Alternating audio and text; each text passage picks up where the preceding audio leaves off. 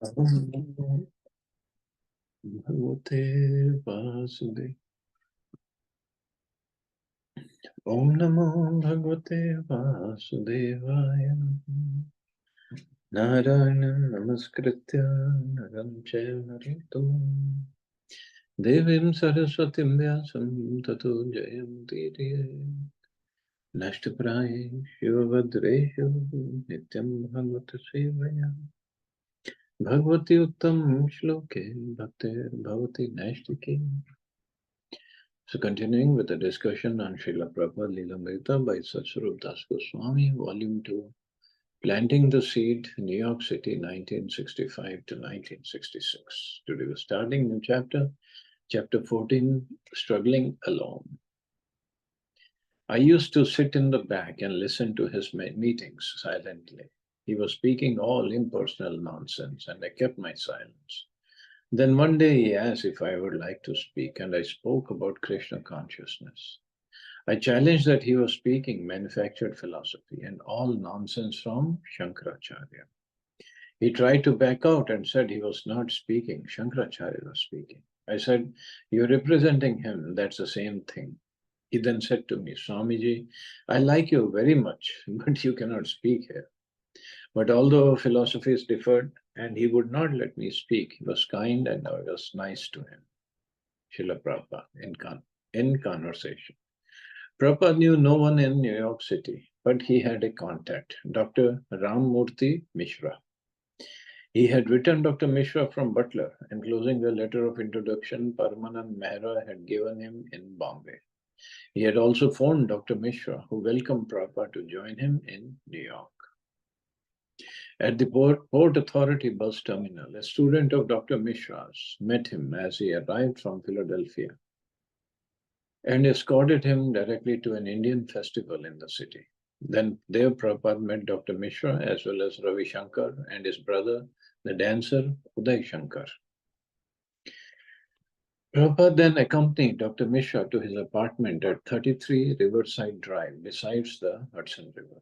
The apartment was on the 14th floor and had large windows overlooking the river. Dr. Mishra gave Prabhupada the room to himself. See how Krishna is making all the arrangements.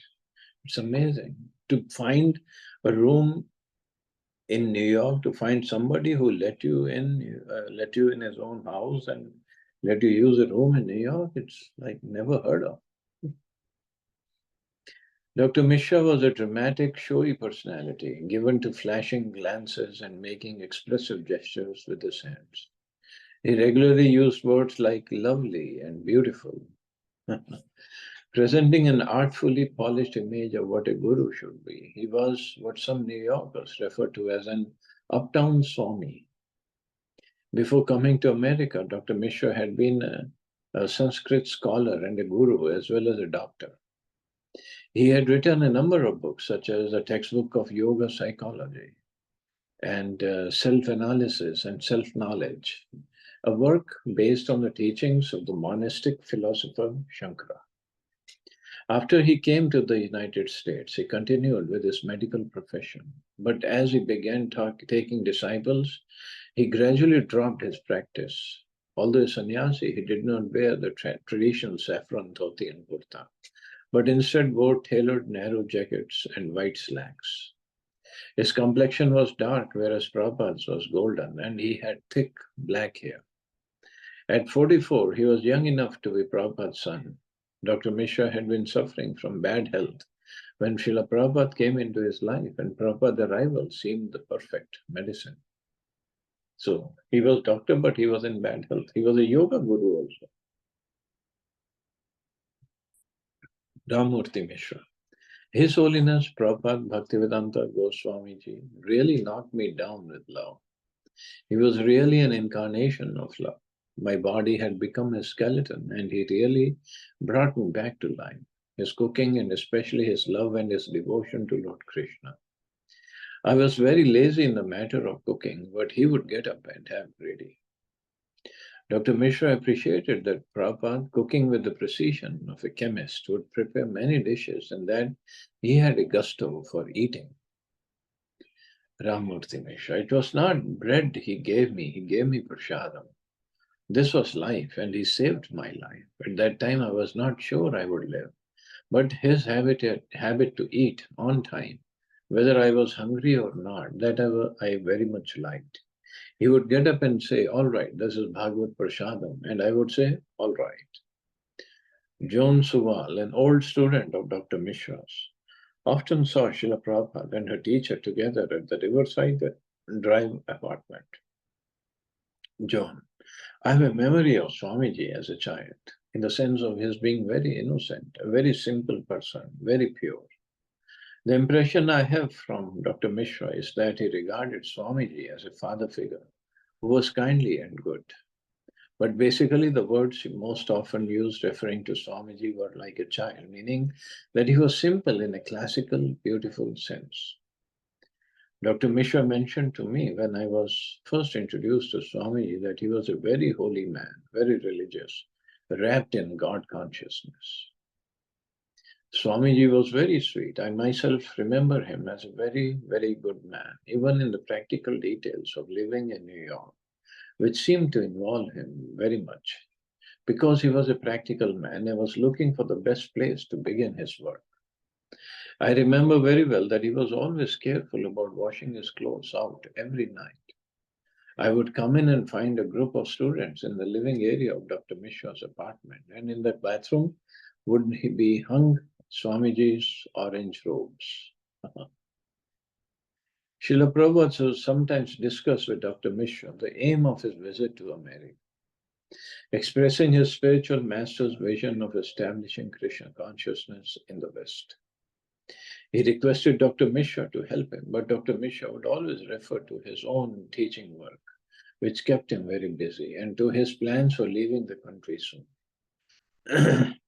After a few weeks, when it became inconvenient to maintain Prabhupada at the apartment, Dr. Mishra shifted him to his Hatha Yoga studio on the fifth floor of 100 West 72nd Street near Central Park. The large studio was located in the center of the building and included an office and an adjoining private room where Prabhupada stayed. It had no windows. Wow. Philosophically, at complete odds with Prabhupada, Dr. Mishra accepted the absolute truth in the impersonal feature of Brahman to be supreme. Prabhupada stressed the supremacy of the personal feature of Bhagavan, following the Vedic theistic philosophy, that the most complete understanding of the absolute truth is personal. The Bhagavad Gita says that the impersonal Brahman is subordinate to Bhagavan and is an emanation from him, just as the sunshine is an emanation from the sun planet. This conclusion had been taught by the leading traditional acharyas of ancient India, such as Ramanuja and Madhva, and Srila Prabhupada was in disciplic succession from Madhva. Dr. Mishra, on the other hand, following Shankar, who taught that the impersonal presence of the absolute truth is all in all, and that the personality of Godhead is ultimately an illusion. Whereas Prabhupada's theistic philosophy accepted the individual spiritual self, Atma, as an eternal servant of the supreme spiritual being, Bhagavan. Dr. Mishra's view accepted the spiritual self as not an individual. Rather, his idea was that since each person is identical with God, the supreme Brahman, there is no need to worship God outside oneself. As Dr. Mishra would put it, everything is one. Yeah, this is Mayavadi's favorite statement. Everything is one. Aham Brahmasmi. We are all one. Prabhupada challenged it. If each of us is actually the supreme, then why is this supreme suffering and struggling in the material world? Dr. Mishra would counter that the supreme is only temporarily covered by illusion, and that through Hatha Yoga and meditation, one would become enlightened, understanding it's the all supreme. Prabhupada would again challenge, but if the supreme could be covered by illusion, then illusion would be greater than God, greater than the supreme.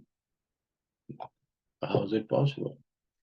Prabhupada considered Dr. Mishra a Mayavadi because of his inadvertent acceptance that Maya or illusion is greater than the absolute truth.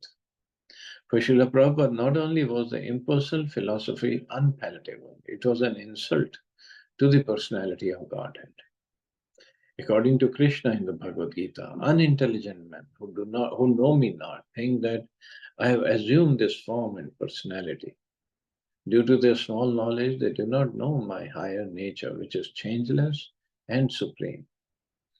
Fools deride me when I appear in this human form. They do not know my transcendental nature and my supreme dominion over all that be. Lord Chaitanya had also strongly refuted the Mayavad philosophy. Everything about the Supreme Personality of Godhead is spiritual, including his body, opulence, and paraphernalia. Mayavad philosophy, however, covers the spiritual opulence and advocates the theory of impersonalism.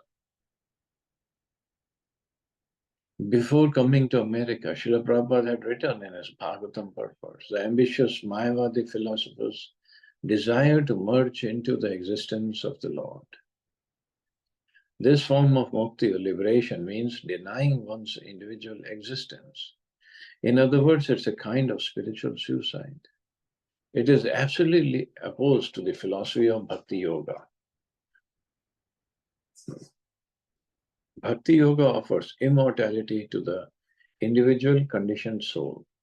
If one follows the Mayavad philosophy, he misses this opportunity to become immortal after giving up the material body. In the words of Lord Chaitanya, Mayavadi Krishna Paradhi. Mayavadi impersonalists are great offenders unto Lord Krishna. Just like today also, the Shaira, you must have received many messages stating, oh, Ravan is nothing but all these 10 vikars in our body or in our self.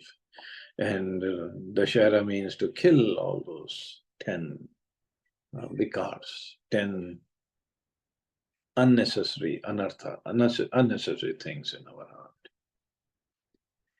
Well, they never refer to Ravan as a person.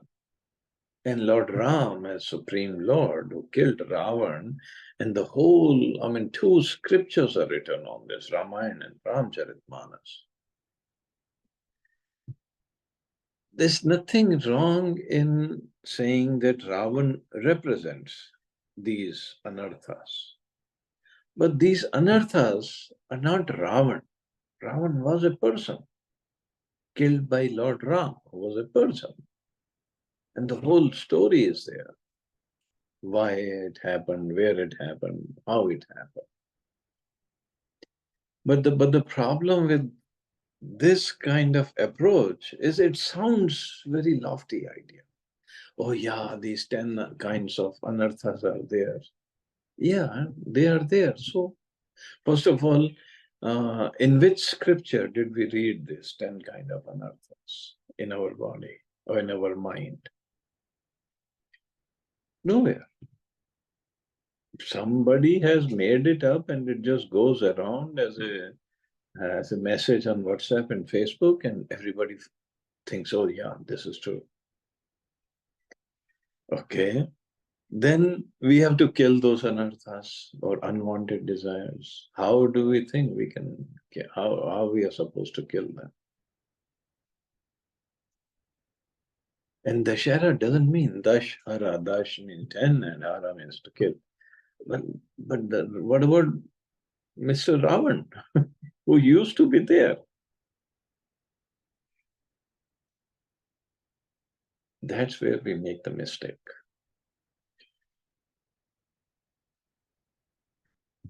And slowly, what will happen is, if we keep on, everybody starts following that. Oh, there was no Ram, there was no Ravan, it's just a mythological story to represent this. No, there was Lord Ram. He is there. Ayodhya is there. He was born in Ayodhya. And then those who follow this impersonal thing, then they make fun of personalists or devotees. Ah, you are backwards. You don't know anything. You're just sentimental fools.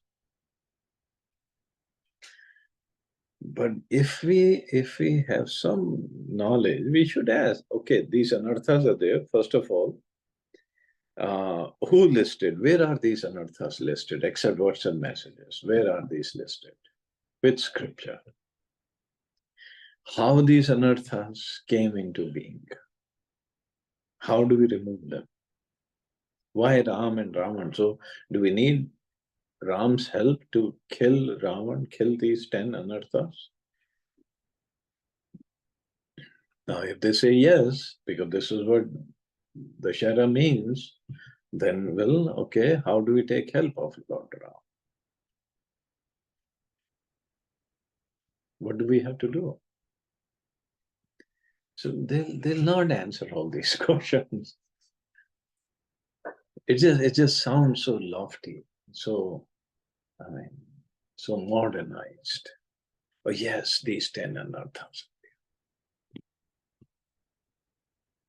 Scriptures speak of only 6 anarthas: Kam, Krodh, Lobha, Mad, Matsarya.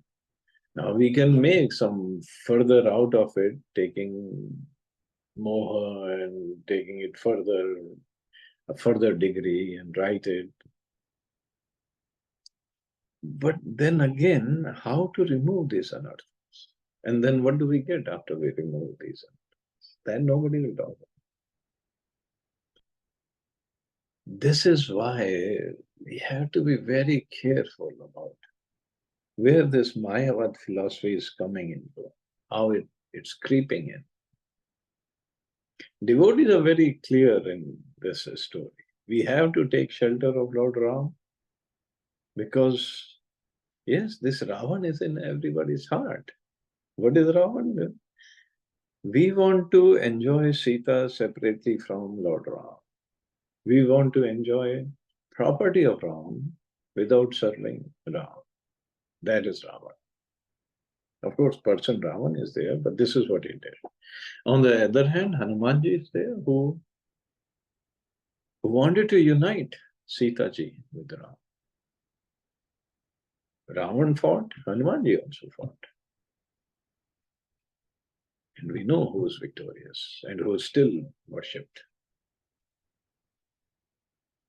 So devotees are very clear. We chant Ram's name, we ask for his protection, we discuss his pastimes, we glorify him, and then we get purified. Purified means purification of consciousness, so we don't try to enjoy Sita or property of Ram or opulence of Ram separately from Ram.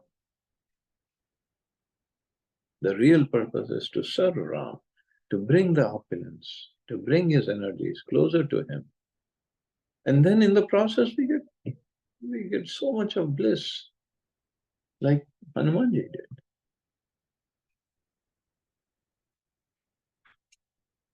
And give up all these lofty messages. It doesn't mean anything, actually. Thus, Lord Chaitanya had concluded that if one even hears a commentary of Shankar, one's entire spiritual life is. Dr. Mishra was content to align himself with the philosophy of Shankar and allow Prabhupada to stay with Lord Krishna and the Bhagavad Gita. But Srila Prabhupada pointed out that even Shankar accepted that the personality of Godhead, Krishna or Narayan, exists eternally beyond the material world. Therefore, he is a transcendental person, Narayana Para Avyakta. A mendicant, Prabhupada was temporarily dependent on the goodwill of his Mayavadi acquaintance with whom he regularly ate and conversed and from whom he accepted shelter. But what a great inconvenience it was. He had come to America to speak purely and boldly about Krishna, but he was being restricted. In Butler, he had been confined by his host's middle-class sensibilities. Now he was silenced in a different way. He was treated with kindness, but he was considered a threat. Dr. Mishra could not allow his students to hear the exclusive praise of Lord Krishna as the Supreme Personality of Godhead. Spending most of his time in his new room, Srila Prabhupada kept at his typing and translating. But when Dr. Mishra held his yoga classes, Prabhupada would sometimes come out and lead a kirtan or lecture. Robert Nelson, one of Prabhupada's first young sympathizers in New York. I went to Dr. Mishra's service and Dr. Mishra taught. Swamiji was sitting on a bench. And then all of a sudden, Dr. Mishra stops the service and he gets a big smile and says, Swamiji will sing us a song. I think Dr. Mishra wouldn't let him speak.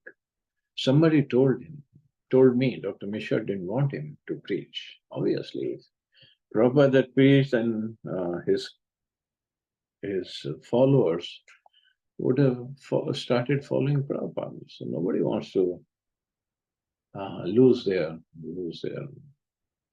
money. Of course, followers means money. Every morning, several hours before dawn, Prabhupada would rise, take his bath, chant Hare Krishna on his beads, and work at his translating, while outside his closed-in, windowless chamber, dawn came and the city awoke. He had no stove, so daily he had to walk the 7 blocks to the Riverside Drive apartment to cook. It would be late morning when he would come out onto the busy street. He would walk north on Columbus Avenue amid the steady flow of pedestrians, pausing at each intersection in the sweeping breeze from the river. Instead of the small town scenery of Butler, he passed through the rows of 30-story office buildings on Columbus Avenue. At street level were shoe repair shops, candy stores, laundries, and continental restaurants. The upper stories held the professional suites of doctors, dentists, and lawyers. At 75th Street, he would turn west and walk through a neighborhood of brownstone apartments, and then across Amsterdam to Broadway, with its Center Island Park. The greenery here could more accurately be described as blackery, since it was covered with soot and city grime. Broadway displayed its produce shops and butcher shops, with their stands extending onto the sidewalk. And old men sat on benches in the thin strip of park between the northbound and southbound traffic. And this one has to be there to understand and really appreciate how Prabhupada lived in this area. The last block on 75th before Riverside Drive held high-rise apartment buildings with doormen standing. 33 Riverside Drive also had a doorman. So this was 1965-66, that time. So Prabhupada is almost 70 years old. And he had to remember all these buildings where he was living and where Dr. Mishra's room was, where he had to go and cook. At that age, nobody was there to help him.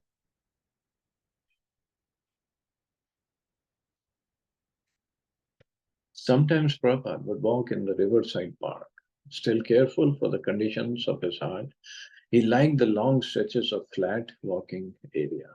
Sometimes he would walk from Dr. Mishra's studio down 72nd Street to Amsterdam Avenue to the West Side Superette, where he would buy produce and spices for his cooking. The produce means the groceries. Sometimes he would wander through Manhattan without any fixed direction, and sometimes he would take buses to different areas of the city. But he had to memorize remember where he came from, which bus stop, and how to get back.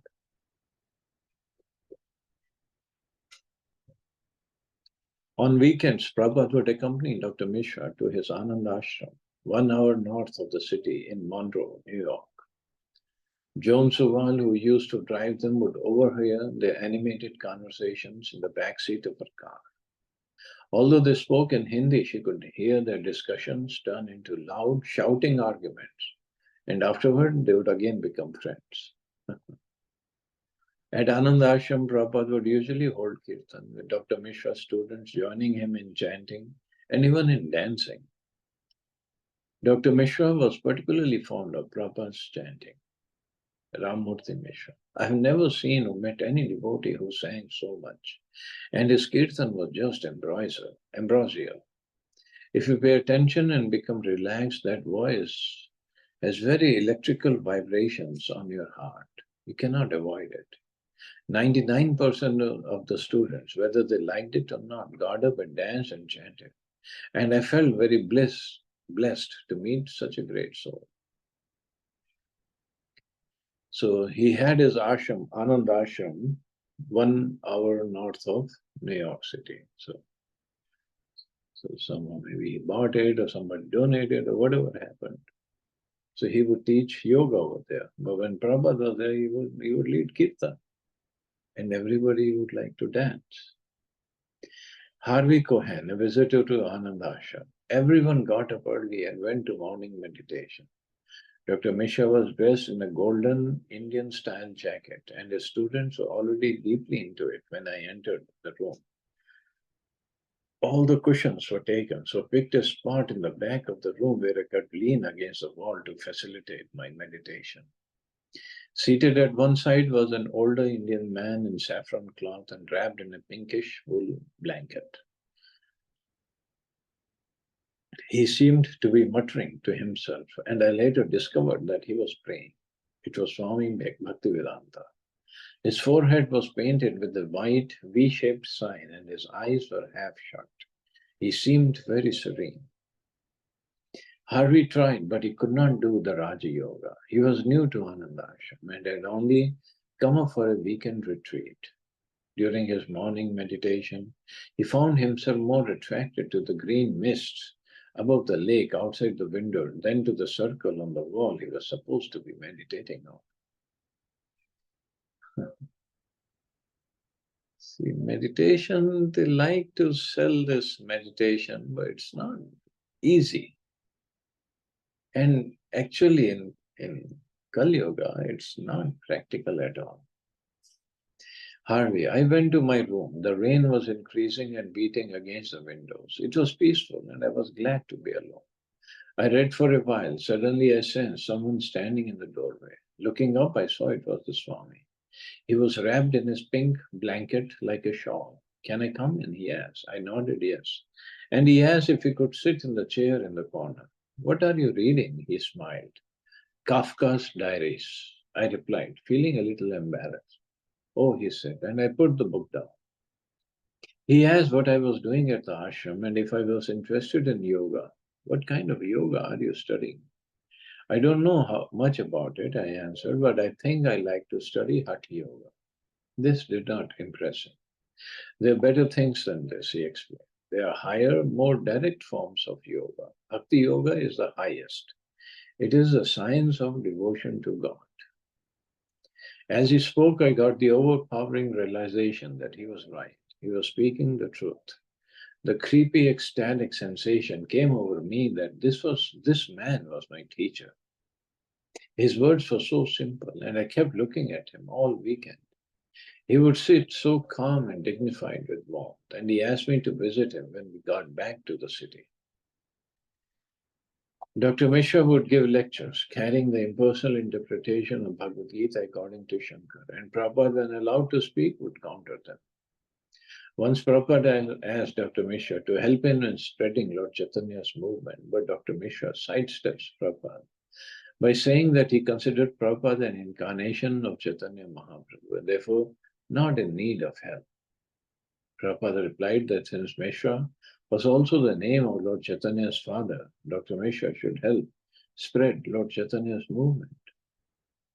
Srila Prabhupada offered to engage him in checking the Sanskrit to his translations of Srimad Bhagavatam, but Dr. Mishra declined, a decision he later regretted.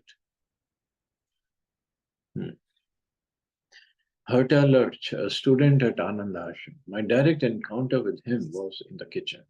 He was very particular and very definite that he would only eat what he cooked himself. He would come and say, get me a pot. So when I brought him a pot, he said, no, bigger. So I brought a bigger pot. And he would say, no, smaller. Then he would say, get me potato. So I would bring him a potato. He prepared food very, very quietly. He never spoke much. He prepared potatoes and then some vegetables and then chapatis. After cooking, he would eat outside. He would usually cook enough to go around for Dr. Mishra and about 5 or 6 other people. Every day he would cook that much when he was there. I learned to make chapatis for him. He usually stayed only for the weekends and then went back to the city. I think he felt that was where his main work was to be done. So different people that he met and different experiences. What the struggle that he was going through, it's amazing. 70-year-old man doing all this. Just amazing. Anyway, I guess we can stop here. See anybody has any questions or comments.